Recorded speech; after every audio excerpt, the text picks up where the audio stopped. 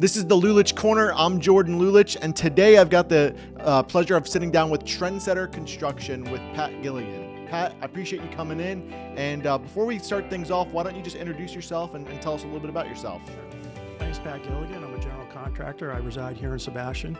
My family's been here since 1994, but my wife's family's been here since the early 70s. Okay. So, So you're local. I'm a local now because I've been here almost 30 years at this That's point. awesome. I've actually been here longer than where I grew up in New York. Yeah. So yeah, we enjoy it. Good. Well, I appreciate you coming in, and one of the reasons why, I invited you to come on the podcast, and I really appreciate you taking your time, but you're a new construction general contractor. Yes. And so we were talking a little bit before is your company focuses on new construction, which is custom homes. Right. And it's a certain niche. And so I thought it would be educational, and I thought it'd be beneficial for the audience, for the people who listen to the podcast, just to understand, to go over some of the different aspects of your company as well as the new construction process. And so I guess taking it from the beginning, how do you start that process of building a home? Like how does that process work? I don't have all day. Okay, good. I'm going to give you the short story. The short story. Well, I mean, usually our clients approach us with either plan ideas, just to kind of get budgetary ideas of what that could cost. A lot of times I'll direct my potential clients to that property is really the specific that we want to get kind of locked in to even start the process, because we don't want to start designing a home before we know where this house is going to be built and if it's going to fit on that property or if there's going to be any kind of challenges. So typically I ask my clients, let's locate some property first that I will help them shop for, in a sense, at least put my eyes on it, give them any kind of thoughts I have on why it might be challenging or why it might be great, or not, just to avoid it altogether. So we kind of work hand in hand with the client and their realtors, to establish that starting point, if you will. So another important part of the conversation for us is talking about the budget, because a lot of times, and especially these days with inflation and all the challenges we have with the pandemic, pricing on things is just nowhere near where it was 5 years ago. Right. So I always try to get that out of the way, to get started. Just so, okay, here's what we'd like to build, what's feasible, for the type of construction that we do. Right. So a lot of times that can either change the game, end the game, or, be the start off. What type of challenges do you think that your clients face when searching for properties? Because you say that one of the reasons why you like to be involved with the realtor and your client before they purchase the property is to avoid those challenges. Sure. So, do you have a recent challenge that you can talk about without naming any names? Yeah, actually, we were just talking about it before we came on. We have a property right now where there was some, what they call middens, which I guess is like an Indian, not a burial ground, but where they used to throw all their debris and trash, years and years ago. Yeah. So, I guess very long ago, there had been these there that had been discovered. Fortunately for the client, there was a house there originally that has been demolished since. But since this was something that had occurred in the past, I guess it wasn't delved into then very, thoroughly. Yeah, thoroughly, let's say. Yeah. They want to now. So unfortunately, it's kind of holding up the process, which can obviously be a little, worrisome for our client. Obviously, he's got a lot of money invested. It's a multi-million-dollar project. So that is one of the most recent things. So we're keeping our fingers crossed. That's an example. That's an example challenge, and we were talking about that. I haven't run into that before previously as well. Yeah. So it's interesting, especially in real estate. There's always different challenges, but I could probably I'd guess, just looking from your perspective, a challenge could be maybe a client wants to build a house that's too big for a lot. Right. Yes. Or there's certain restrictions that and in an association that prevent them from doing exactly what they want. So. Those are some of the type of challenges. Now, and you brought up the pandemic as well. So, one of the things that we've seen that my clients have seen working with buyers who do new construction is just the cost of materials have exponentially increased. They've come down a little bit, but they've exponentially increased, starting in March, April of 2020. And so I'm sure that your clients have seen that. And that's one of the things that really has changed. It's changed how you handle when you sit down with a client. So after what we've been through, what do you tell a client when you sit down with them about the cost of materials? Well, I don't like to scare clients, with let's be very concerned that this could blow up again, because obviously how often does that happen, It doesn't happen often. But luckily, if you talk about it to begin with, so the client at least is aware that these types of things do occur. Right. And, thankfully for us as a company, we had, verbiage in our contract that said, listen, if anything goes above 5% of what it typically would cost or what we bid it at, we're entitled to capture that overage. We didn't put a builder's markup on it. We just, hey, listen, if concrete goes up $30 a yard, that's a lot of money. Cost of materials are higher. Exactly.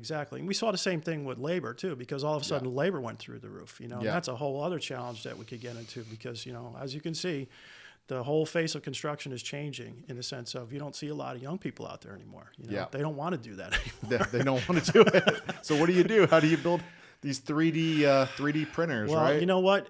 You see how how fast things are happening with AI and things that are, our business changes so fast anymore with the internet, and people's ability to reference information. It really is a challenging thing. So you really have to be kind of ahead of the game because people have a lot of questions. Have you started to, or are you starting to look into incorporate AI into your company? We've done a little bit of research because I'm really interested in it.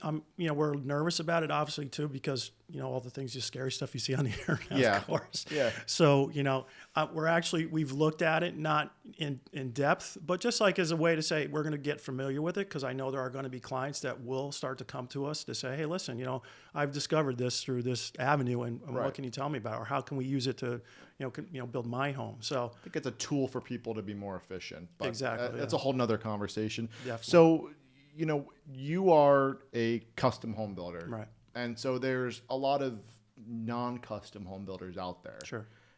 So what's the difference between the two, and what differentiates you from the non-custom home builders as well as the other custom home builders? Right. I find that, for us, especially with custom home building, our clients are typically the clients that don't want what everybody else has on the block. They have specific needs and wants. And I always tell my client, like, it's not the house that I'm going to offer you. It's a house that you're going to tell me this is what I'd like as far as finishes and design and look and elevation. And then we're going to budget and build towards that. Mm-hmm. So it's really starting from complete scratch in a lot of ways. Now, a lot of times our clients will come with ideas off the internet, just like, I really like this elevation or the way this bathroom looks. Right. And we'll try to incorporate that. And, and with your, builders that build pretty much model homes, things like that, they've already locked in their costs. They know exactly what their margins are going to be at the end. The flexibility is of that less than what you have going with a custom home builder like Trendsetters. We never say no, but obviously there's always a money factor in that they have to consider. So, if a client wants to move a wall, or if they want to, add 2 feet to the house before you've poured the foundation, that type of thing, we're definitely going to do it. If you want more expensive cabinets or higher end flooring, we're not going to say no. Yeah. And I know that, just from a market perspective, that there's not that many other custom home builders out there. But for the other custom home builders that are out there, what differentiates you from those companies and those teams? I think one of the advantages that we have as a company specifically is we're a family business. My brother-in-law is my business partner. He's my vice president. He's like my best buddy. We almost grew up together in a sense because I met him at the same time as I met my wife. Okay. So we've grown our business in 23 years in partnership. So that's great. We rely on each other very much. Tony is kind of like, we have that factor of his strengths and my strengths. They mesh very well together, and we get along really well. And then my daughter works for me as my project manager and design coordinator. My son-in-law works for me as my superintendent. My other son works as I'm like a photographer, and just keeping track of the jobs, with regard to pictures and photography. So it's a family, and my wife. She's my confidant. Like she's my attorney, my at-home attorney, okay. and my therapist. Okay, there you go. All the above. It's all wrapped into one. Thank God I have her. So she's like the silent partner, but not very silent. Yeah, she knows what's going on. Oh yes. So that's probably one of your strengths is you got this family-run business that where people care about the greater mission. Right. Yeah. What other strengths do you think that Trendsetters has? Well, I think for me personally, I started construction right out of high school. I mean, I had a few ideas for what my career could or would be, but I really didn't have anything specific. And by the grace of God, my uncle got me a job on a construction site in New York. and I fell in love basically on the first day.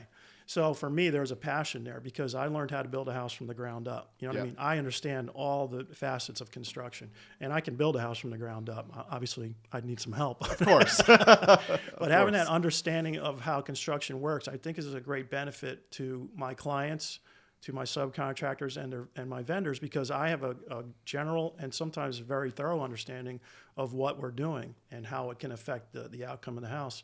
So I think that works greatly in our favor. And that type of experience, I don't think you can get out of a book or just taking a test, because I know that there are contractors that have that kind of background, and maybe their business acumen is much stronger than ours in sense to that type of education. But I think having that industry, an understanding of it, that substantive experience. Because I can bring the whole group together, the client, the vendor, the subcontractor, and we can talk about an issue or an idea for design that maybe some contractors aren't able to communicate with their clients about. I think whatever industry you're in is, when you're working with people, having a substantive knowledge creates more efficiency, helps have more relevant conversations, more in-depth conversations. So I could definitely see how that's a strength. Yeah, knowing how the house works too, I think is an important thing too, because clients have a lot of questions, because the internet's great, right? I mean, you can read all sorts of stuff about it. Be careful. And some of it can be, very damaging, but some of it is very helpful. What would you advise a buyer as far as warranties go? If you're talking to a buyer who's concerned with warranties, that perhaps hasn't gone with you, but's looking at the market, seeing what type of warranties are out there, what's custom, what do you recommend, what do you not recommend, what are your thoughts about new construction warranties? I mean, we have a program, it's a 210 builder's warranty that we pay for every client, and then you can re-up that every year if you want to keep it. And then state of Florida mandates that we have to have a structural warranty. Obviously, God forbid, it's something with concrete or 10-year. Yeah, it's a 10-year, right? So you're familiar with that. So that's great. I mean, I've always had the approach that my clients, when we sign a contract, we become, I'm not going to say family, we're going to become friends. And sometimes in family, because I've made some great relationships, for homeowners that I've built for. But I'm going to be the guy that they call up in 4 years and say, hey, Pat, I got a leak, in my roof. Would you take care of it? Of course, or the gutter downspouts dented. I want to get it replaced. Or, hey, the house needs some painting. So we try to get that, fixed as efficiently and as fast as possible. Knowing that they can trust it. Once we build our home, they're never going to hear from us again. If there's an issue, we're going to come back and take care of it. It's not a transaction, it's a relationship. Exactly, because that's all of our business. I would say 95% of our business is from people referring us. Past clients. Yeah, or internet searches. That's how we get our business. Good.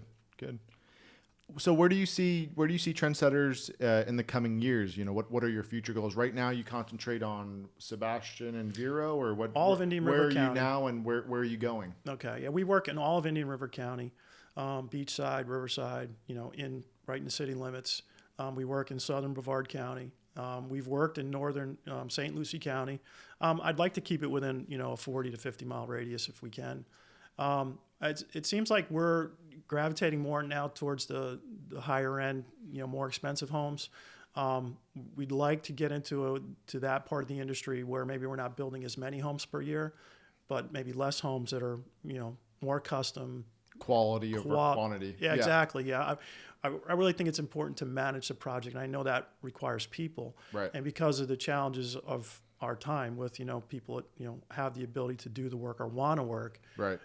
I want to keep it manageable, and I want to be working with people that I trust, and obviously who better than your family? Yeah. Good. So that's been our goal.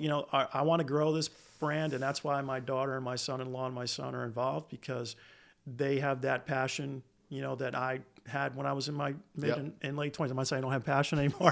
I just know that I've got the ball this far. They've got a new passion. I want to, okay, here, let's take this to the next level. And I want to be, in the background a little bit, helping manage the whole entire thing rather than being the face of it all the time. I want this to be something that carries on after me. You know what I mean? Take it into the next generation. Exactly. Yeah. Good. That's our hope.